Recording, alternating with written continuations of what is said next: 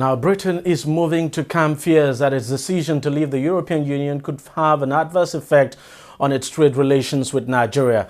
John Howell, who is UK's Prime Minister's trade envoy to Nigeria, says concerns that Brexit could harm trade relations between both countries are unfounded. The envoy who is visiting the country says UK would be seeking to expand trade deals with Africa's largest economy.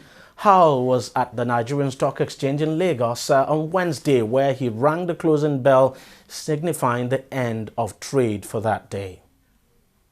Well, the first thing that the UK government has done is to appoint me as the trade envoy to Nigeria, and that shows the importance that Nigeria has for the UK government. There are not many countries in the world that has a trade envoy, and it is really important for getting to know those opportunities and for passing them back and for enthusing British companies to get involved in the market.